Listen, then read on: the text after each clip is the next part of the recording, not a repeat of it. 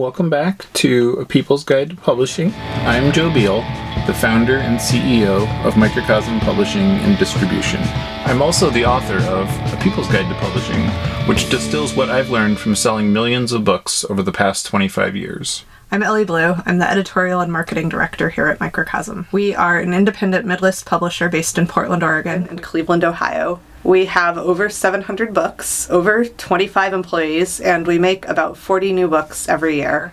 And we distribute thousands of titles from other publishers.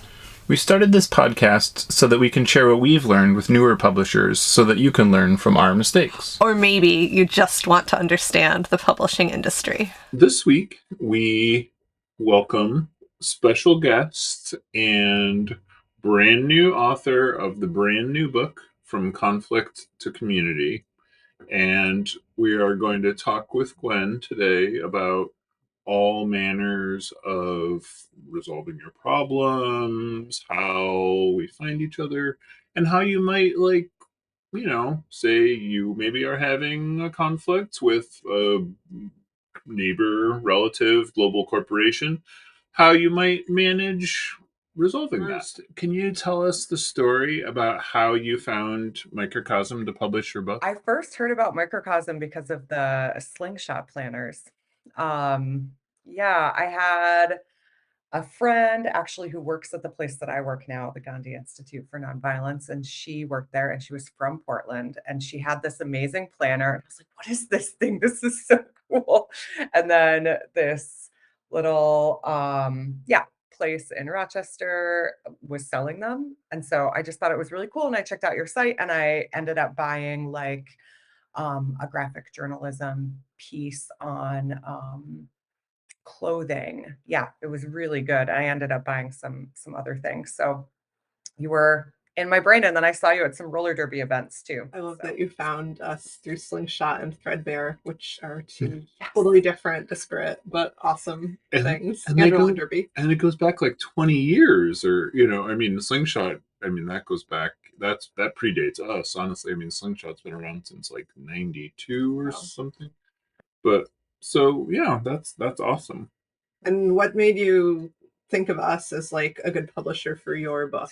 I liked the vibe of the site, and I really appreciated the just diversity of offerings that the site had. And I thought, man, this place seems like it's probably friendly to someone who's pitching a book for the first time and is not interested in finding an agent or doing a bunch of other things, which maybe later I learned was part of the process for many people when they're trying to write a book. But I thought, man, I just want to write the book and get it out there. I don't want to do all the other things. I'm just not interested in it. And so I looked at like a few places and I looked at what a pitch sort of involved, and I did the version on Microcosm's site first.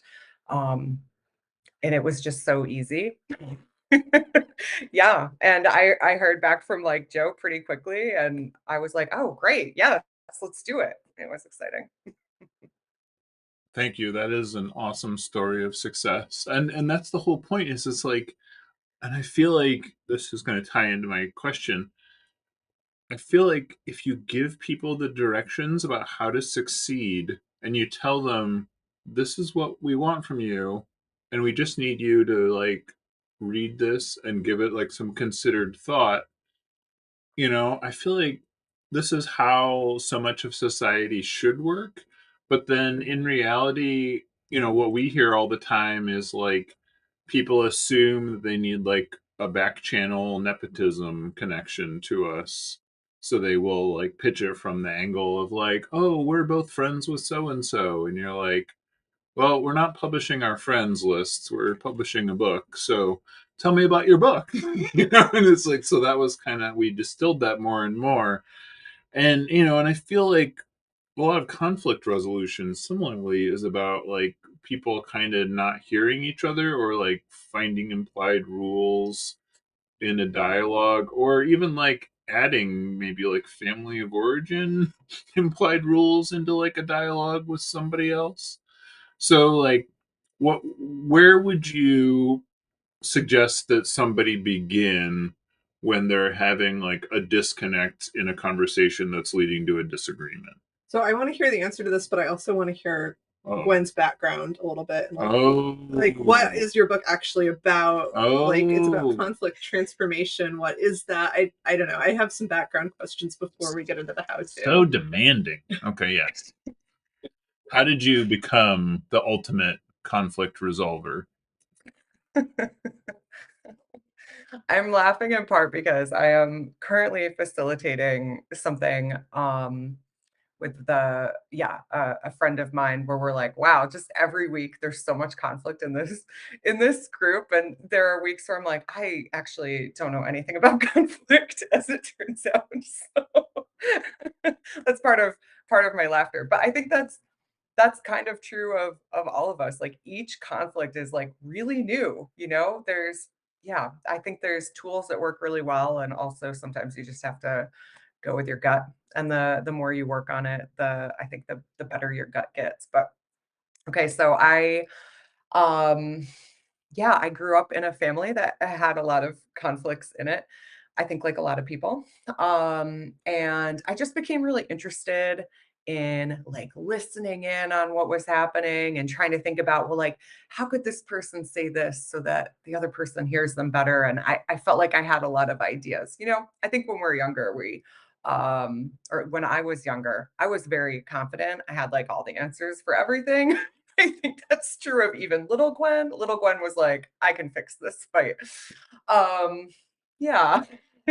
So I just became really interested in how people talk with one another. And then when I went to college, I studied nonviolence for a little bit and had some focus in ethics. And then I went to grad school for conflict resolution. And I didn't, I wasn't really interested in the kinds of roles that were opening up after grad school. And I kind of like shifted gears and I thought, okay, I'm just going to do like restorative justice and um, mediation and conflict work on the side. And I'll find something else that like pays the bills. And so I got into mental health nursing. And then eventually those two things just merged. I couldn't stay away from conflict, whether paid or unpaid. So yeah, that's the Reader's Digest version, which is becoming a more and more dated phrase, I realize, but Hmm.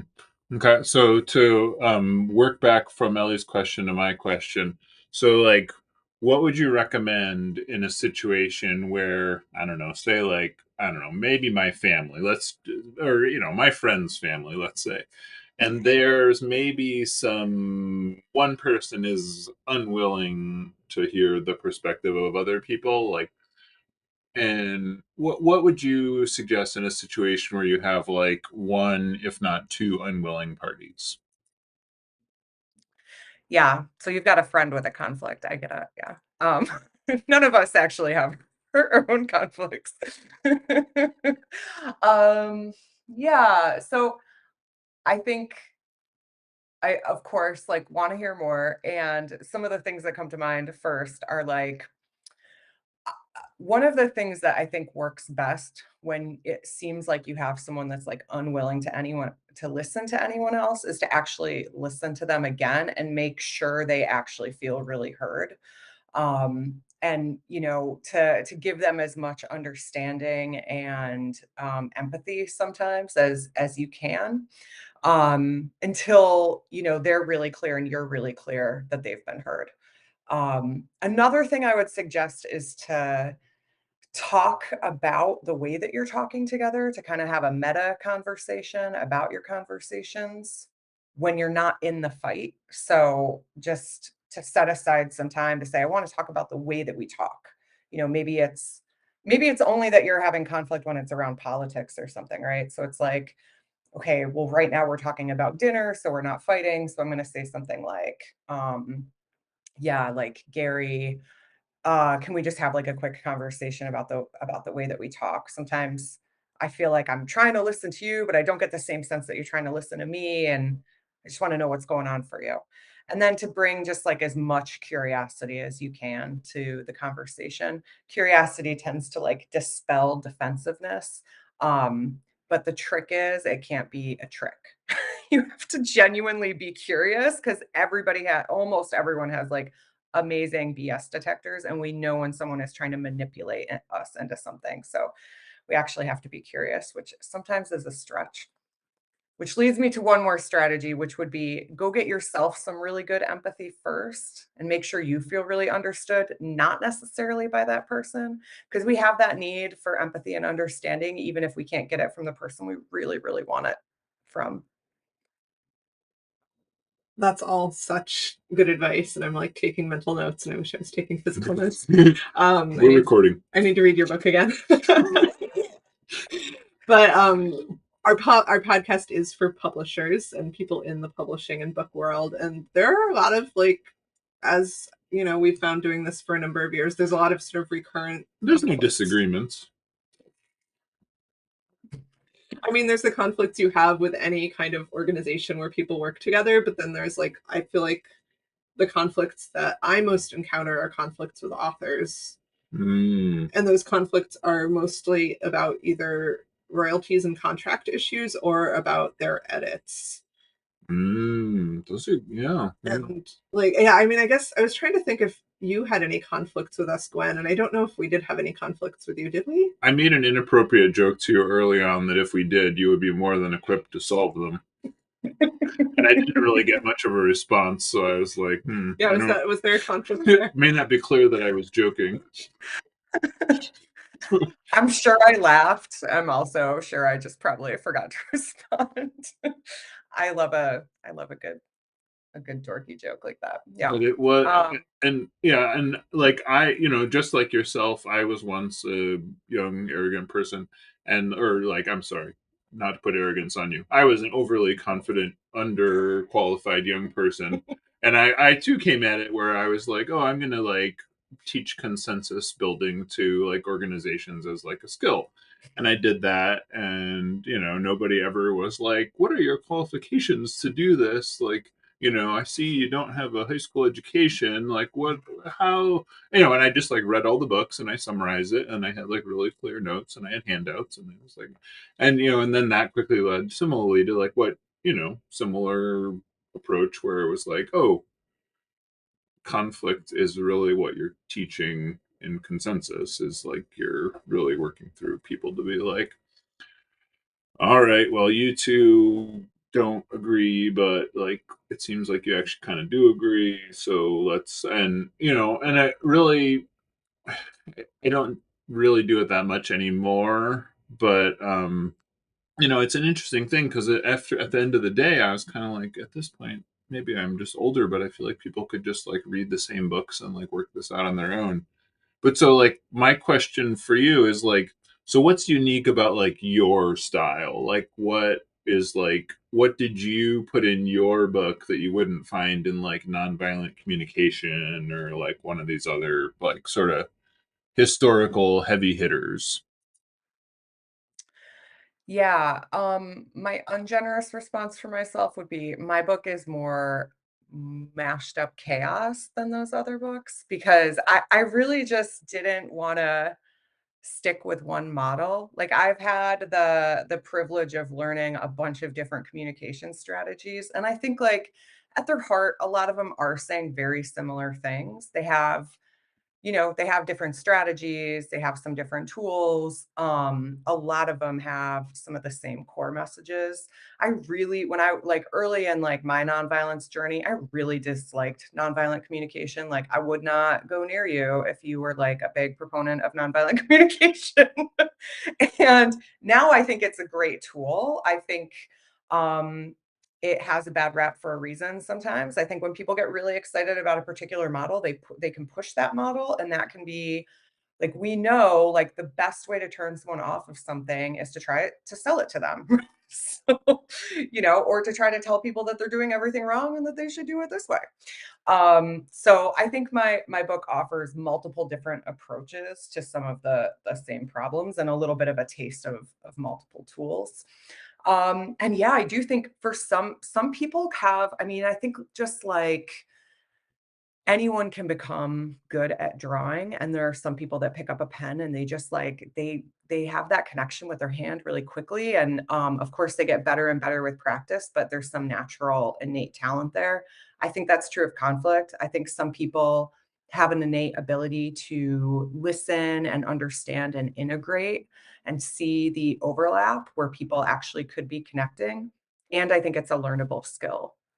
So I think that I've practiced for a long time, so I'm able to hear people and try to integrate things, and also, like, I get in conflicts too, and sometimes I need help, and I think that's maybe one other thing, that's coming up for me right now for my book is that it really is aimed at people that are not necessarily trying to do mediation or aren't trying to get a certificate or get another degree or any degree, but just like want to be a good friend or a good third party to people who have conflicts and want to figure out how to work some of them out on their own. I love that. So back to my question about authors and publishers having conflict. Did we ask you to make any edits that made you uncomfortable? Like could you see through the process the conflict points or potential conflict points in this process? Like I'm leading up to asking you for advice for publishers about how to and authors about how to deal with conflict over editorial issues. But also feel free to praise us for not making any unreasonable demands of you. Right. Or yeah, Yeah. or berate us if we did. Yeah. Gosh, so I did not have any conflicts with my edits. I had a couple rounds. I think in the last round of edits that I had was I think someone that y'all contracted with because I think, Microcosm's been very busy. And I found her edits extremely helpful. I found all of the edits extremely helpful. I just felt like it was actually what I was looking for. I wanted to make sure that I was saying things clearly. I also wanted to make sure I wasn't because I'm trying to it's hard to generalize and not have unintended harm or consequences with your words, right? So, like, having multiple readers kind of look at it from that frame and think like, "Well, how will this land? Do you wanna be more clear here?" Like, that was very helpful. Um, this is a little beside the point, but there was one particular, edit where it turned out that all of the example names I had used started with a J, and it was wild. Like, I don't know what I was doing, but they were just all J names, and I have all these little vignettes of conflict, right? And the the person editing at one point, she had put a note, like she did like multiple times had been like maybe a different name, maybe a different name. And at one point she was just like, here's some other names that don't start with J. And I was like, this poor woman probably thinks I know no names that don't start with a J. She's gotten almost all the way through this book and is like, what is wrong with this person? I am not taking this personally. I just want you to know that. I don't know. I don't know what happened there. I have no explanation. So anyway, I found the editing process super helpful. Yeah, there were a couple of things where I'm trying to think if like I when I wasn't sure I think there were like two instances where like there was a suggested edit and I was like, I think I like my explanation a little bit better. And I explained why in the comments and that was kind of it. I mean, I felt willing to like hear if like it still didn't really work because I know it's, coming from my own head, but yeah. And that's like a big thing. So in editorial, and this is the trouble, it's kind of like, for a lot of people when they're doing their book, it's kind of more when it's like somebody's 11th book than it's when it's their first book because it's like when it's your first book people are like 99 times more likely to have like some amount of imposter syndrome, whereas like by the time it's their 11th book they're like, Joe, I know what I'm doing, get out of my way, why are you editing me at all? And it's harder to see what readers don't know that the author knows about their own work. And so, I think like I would go as far as saying like you are qualified to be edited because of the work that you do, because you can see it more objectively, where you're not taking offense when somebody is like, hey, need some clarification, or like this needs to incorporate a broader example, or or stop using J names. I don't know why you're so fixated on us, but We don't create all the conflict in the world, but but it's like for and I think that's the difference is like good editorial, and there's definitely bad editorial out there. It is really just making the work stronger. And if the author can see that, there really isn't a disagreement. So it's kind of like if they're willing to take the step back to be like, oh, I see what you're getting at. Oh, yeah, that's a really good point. So, like, do you find, are you like a plumber with a leaky pipes at home where like you have more problems, or do you feel like because of this you're able to just like hear more empathically, or like how does this transcend other areas of your life, like such as for example contracts?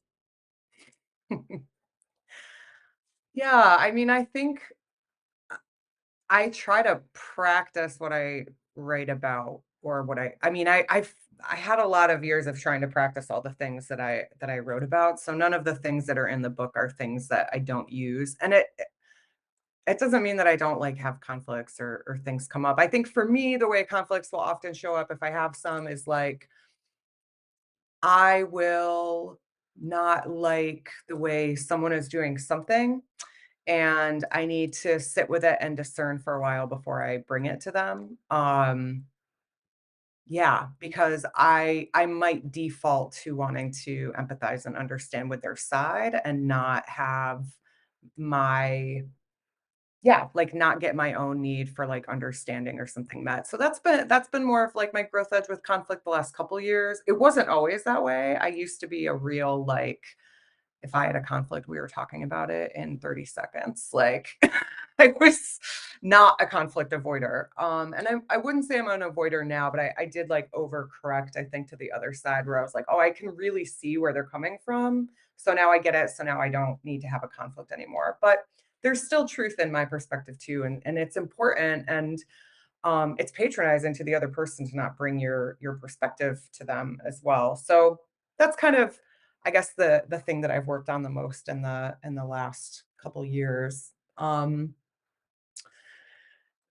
Yeah, and I can imagine it's really tricky to have long-term relationships with authors that you've had for a long time and that like they kind of know the drill and yeah, I could see that I definitely had some imposter syndrome writing this and first time authors, I'm sure, or even like your second book, just feeling like, okay, well, they're the experts, and it helps you stay really open to feedback, right? So, yeah, I can imagine if someone's just like written a lot and they're used to the kind of edits maybe that they get from you or from other editors at Microcosm, they might feel like, okay, I got this, and maybe a little bit less open. And so I don't know, without knowing, like, a lot of the deets of the relationship, I might suggest something like, having some of those conversations synchronously, like, on the phone instead of, like, in the document, you know?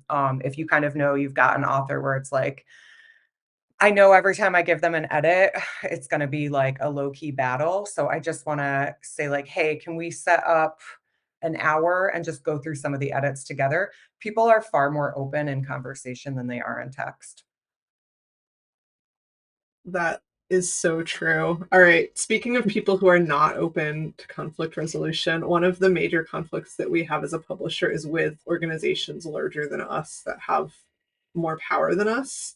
Do you have any advice? And I think you write about this a little bit in the book, but maybe for our podcast listeners, like what advice do you have when you have a conflict that is so uneven and you have no power? For instance, I'm having a conflict right now with our health insurance carrier, Mm, or we might have a conflict with a large distributor or Amazon or something where like like we have very limited leverage. Yeah, what do you do in cases like that? mm. Hmm. I think yeah, I think what I would suggest probably is would might be so specific to what the thing is, right? Like maybe the easiest like first step is trying to get to any of the humans that are inside the big systems. The tricky thing is, right, when you have, and I'm sure you know, as you know, like the really big organizations and corporations, like disempowerment is really like part of your onboarding process.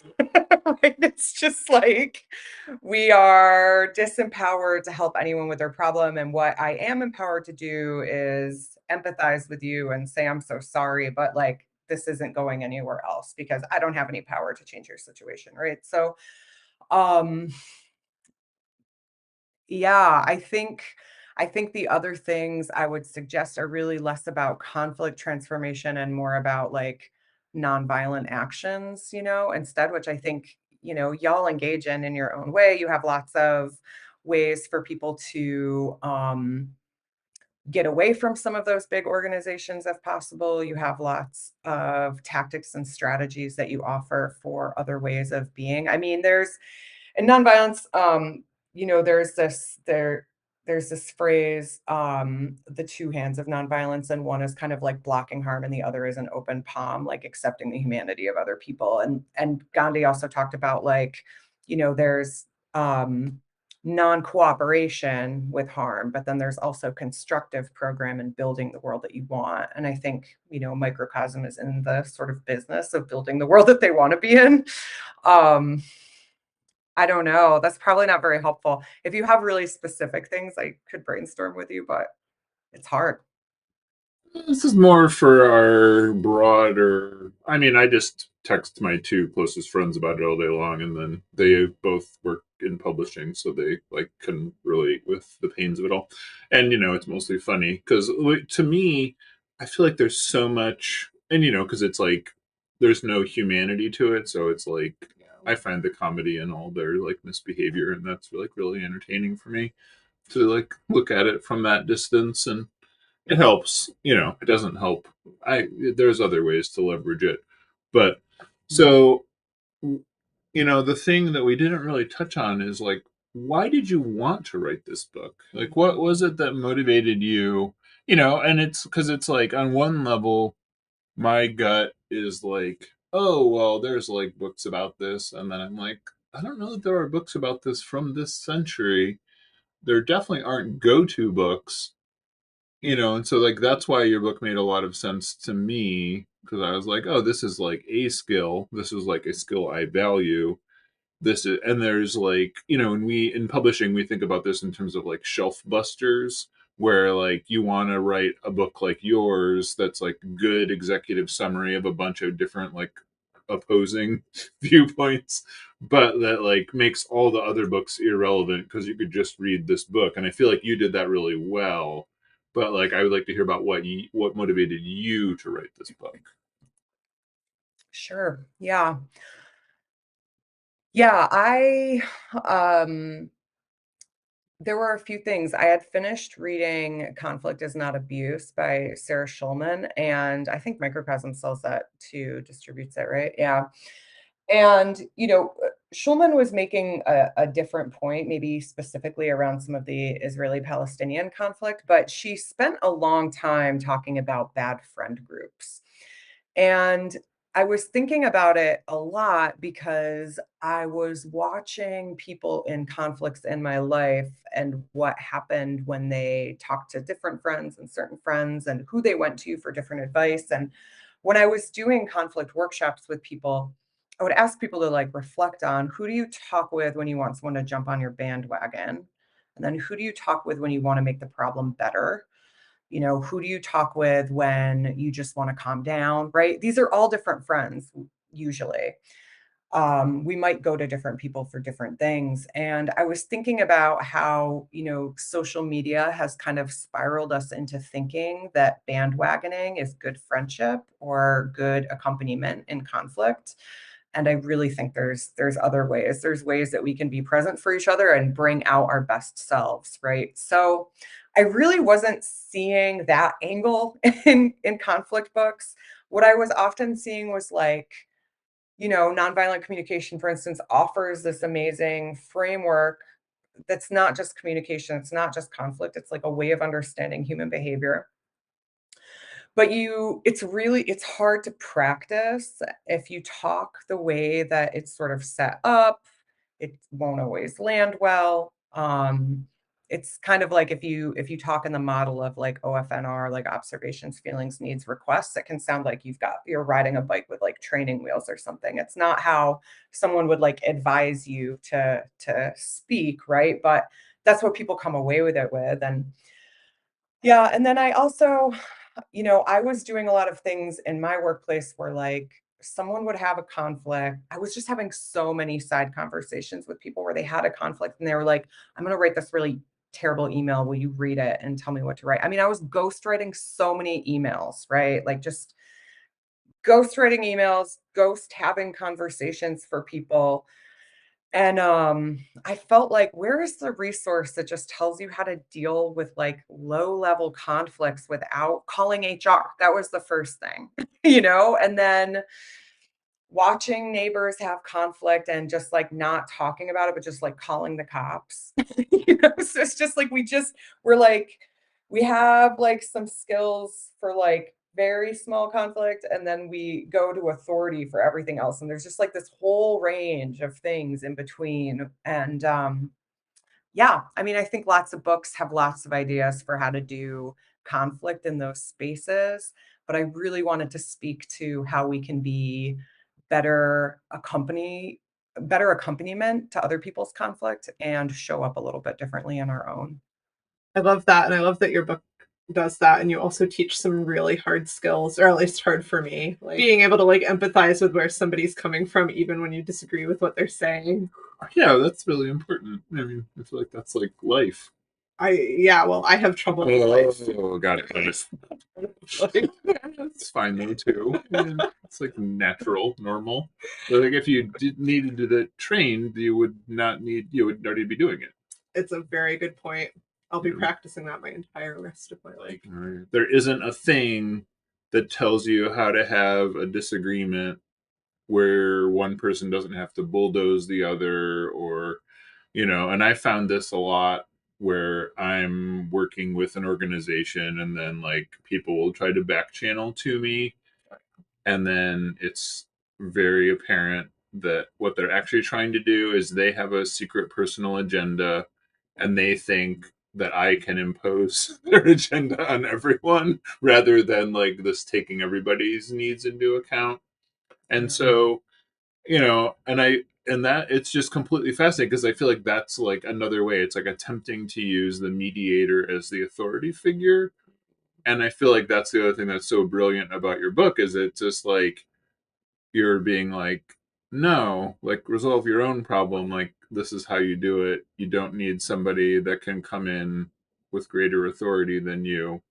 And so, like, were there formative experiences in your life that led you to that? Or, like, do you come from, like, an anarchist organizing background? Or, like, what is it that sort of put you on that pulse? Anarchist adjacent for a lot of my life, like not in a lot of the groups and just like near them and friends with people who are in them, but not really ever committing enough to be in many groups. It's maybe a little ungenerous towards myself. But yeah, I think I had a lot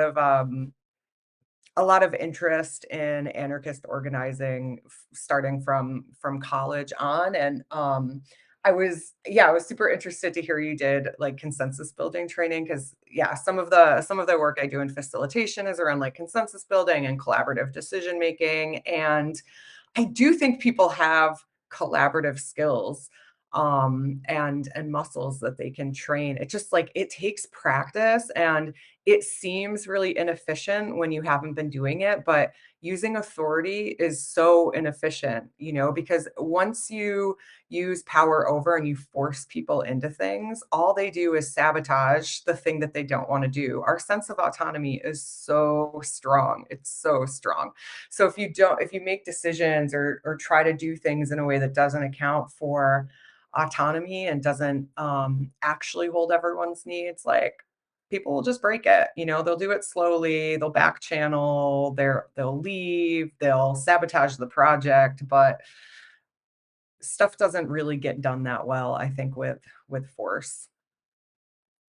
I thought of my question when you said power over. That reminded me. So, one thing that I think about all the time as a publisher is that much as we try to bring a pretty flat structure to everything we do, like management, publishing, like we're not a collective, but we do, try to make sure everybody has equal voice and equal share, um, and is, respected as a fellow human. But no matter how hard we try, people still come to us with their expectations about the power dynamic and the authority.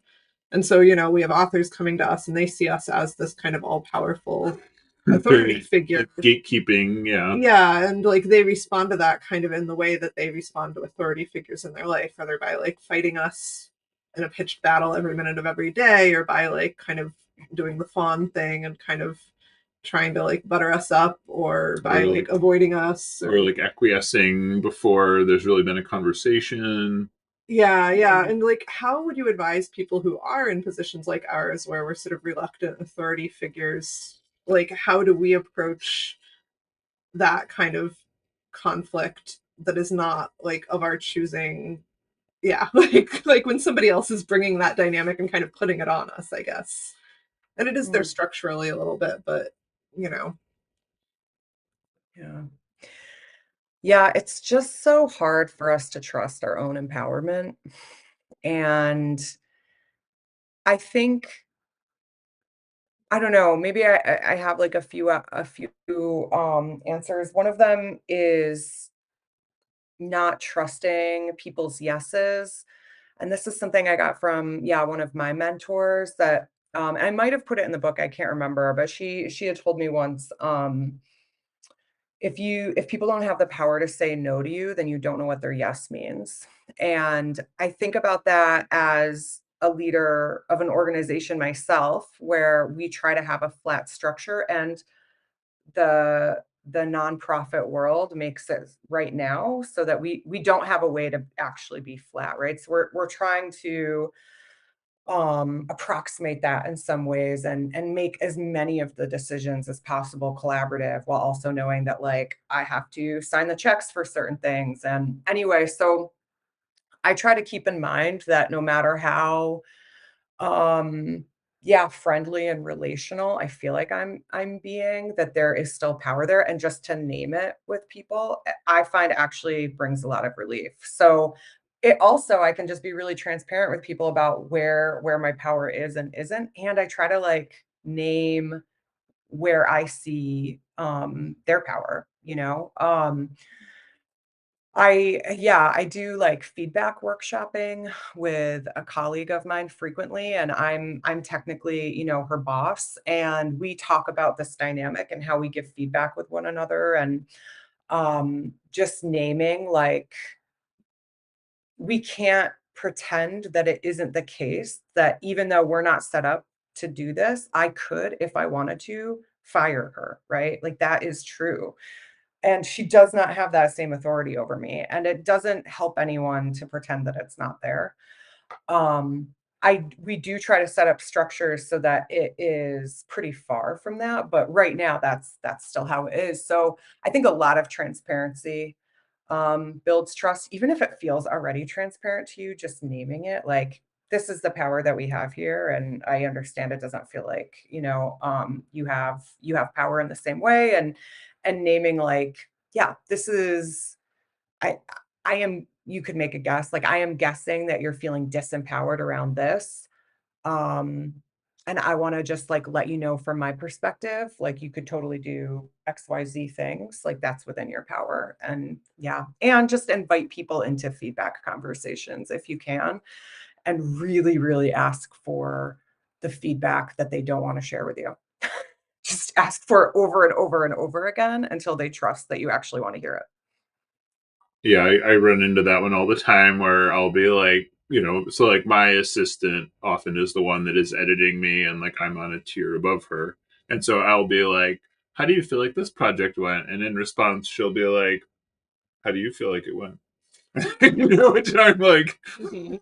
no, I mean, I don't have an opinion, but I will share my thoughts, but I'm like, me asking does not mean something is the matter. But, and then, like I joke that like as an organization, like we have to deal with everybody's shittiest previous employers and how they were treated there. And then it takes honestly 2 years before they're like, oh, you're not going to pull all those dirty tricks. Like when you're asking me how I'm feeling, it's because you want to know how I'm feeling. But that, and and I feel like it's like in the toxic culture that can be really hard to get people out of that mindset.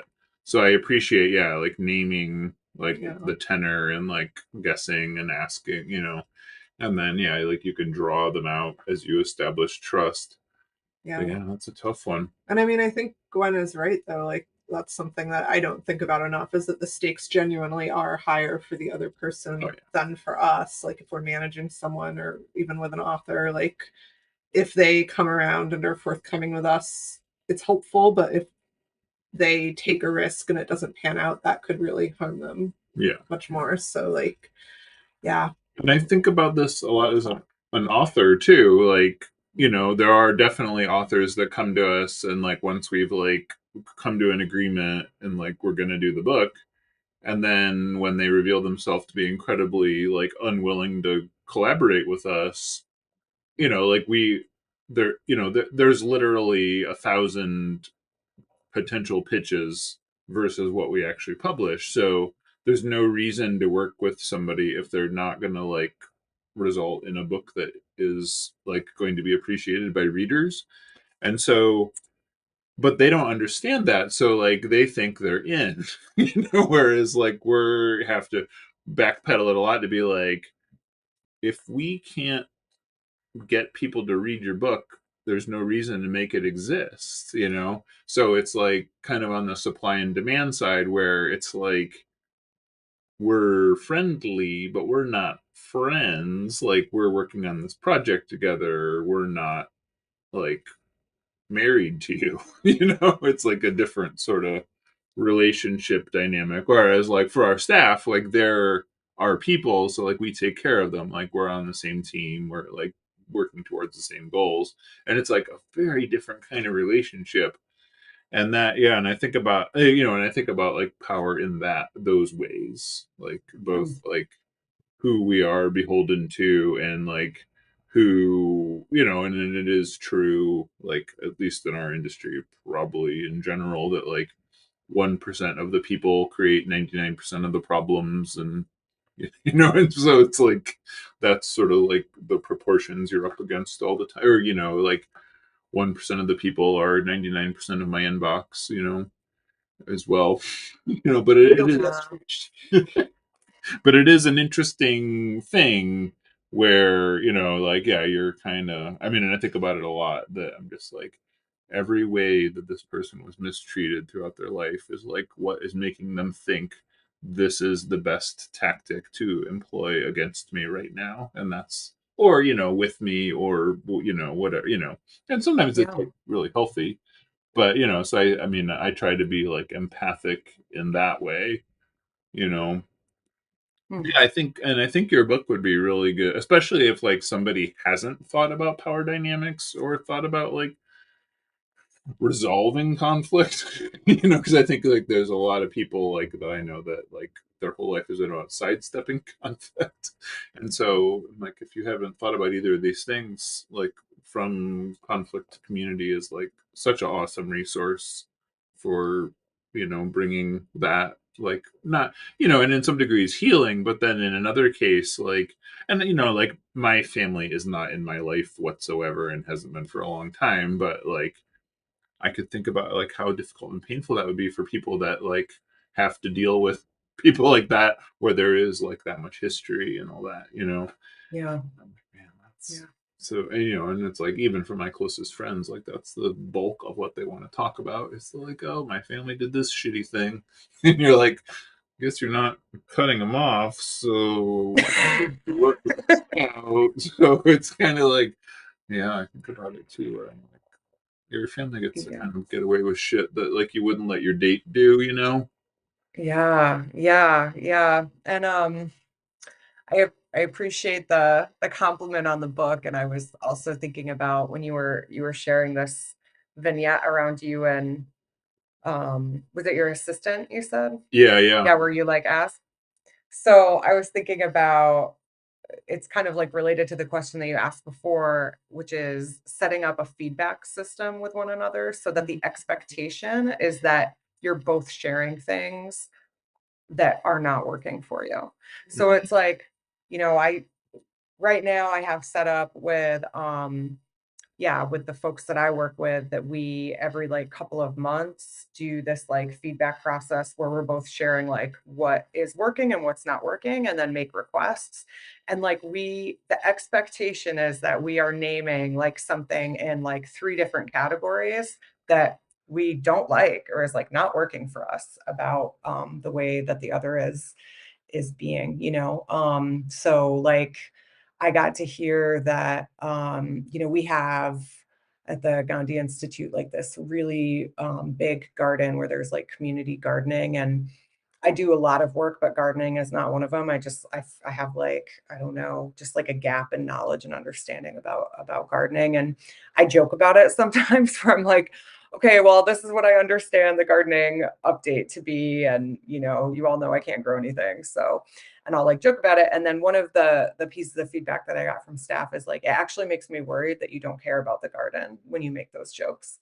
And that was such good information to have, and they were like, I don't think you don't care. It's just that, yeah, I just feel like when a leader doesn't know about part of what's happening, it makes me worried that that thing will not keep happening because you don't have it like in your scope, right? And I was like, yeah, that's a really good point. I would be worried about that too. And it made me like approach the garden differently. Now I'm like having, meetings with our garden manager like every month so that I like know what's happening and I'm learning how to garden differently. And, so it's like we don't get this information unless we set up systems to ask, because the barrier to tell each other when something isn't working is way too high, whether we have more power or not. We've all been like, almost all of us have been indoctrinated to be conflict avoidant because it mostly ends in punishment. I bet you find that people tell you a lot more than they might tell other people. I don't know. Although my partner said that to me the other day, I left like a workshop and I was like, oh man, this person shared this story with me and it was so powerful. And he was like, I think people just tell you a lot of things. I was like, maybe, but I don't have any basis of comparison. Yeah, this one is like more tear jerky than most of our episodes, which I don't know if that's good or bad, but that's it's a new tenor for sure. So thanks so much. Thank you both so much. It was such a pleasure to put faces with the names. I just feel like, yeah, I was really looking forward to chatting with you both. I was like, oh my gosh, I emailed with Joe like 3 years ago. Ellie and I have exchanged emails back and forth. It's just, yeah, it's been such a joy to work with you. Thank you so much for making this book like happen. And yeah, it's nice to be able to thank you live. Thank you. Well, thank you for making such a wonderful book and being such a pleasure to work with. Thanks for joining us once again. Please send your questions to podcast@microcosmpublishing.com so we can answer them on future episodes. And please give us 5 stars on iTunes and everywhere else that podcasts are reviewed. You can find us on the internet at microcosm.pub, On Twitter at Microcosm, on Facebook at Microcosm Publishing, on Instagram at Microcosm_pub. and here in Portland, Oregon on North Williams Avenue. Thank you so much. Have a wonderful week.